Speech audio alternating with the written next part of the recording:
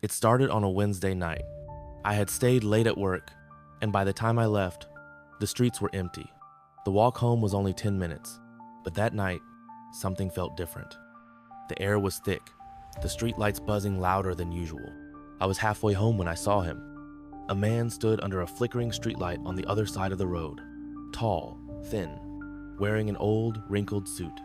His posture was rigid, and his head was tilted slight like he was listening to something I couldn't hear. And he was smiling. Not a normal smile, too wide, too forced. His eyes were locked onto me, unblinking. I tried to ignore him and walked faster. Then he moved. Not walked, moved, asterisk. 1 second, he was under the streetlight. The next, he was standing on my side of the street, a few steps closer. His smile hadn't changed. My chest tightened. I quickened my pace, resisting the urge to run. Every few seconds, I glanced back. Each time, he was closer. No sound, no footsteps, just that awful stretched grin. I turned the corner onto my street, heart pounding. My apartment was just ahead. I fumbled with my keys, refusing to look back.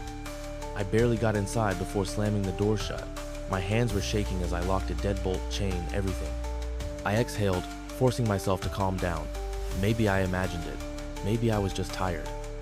Then my phone buzzed. A text. Asterisk. Why did you run? Asterisk. I hadn't given anyone my number. I didn't sleep that night. And the next morning, when I checked my peephole, he was still there, smiling,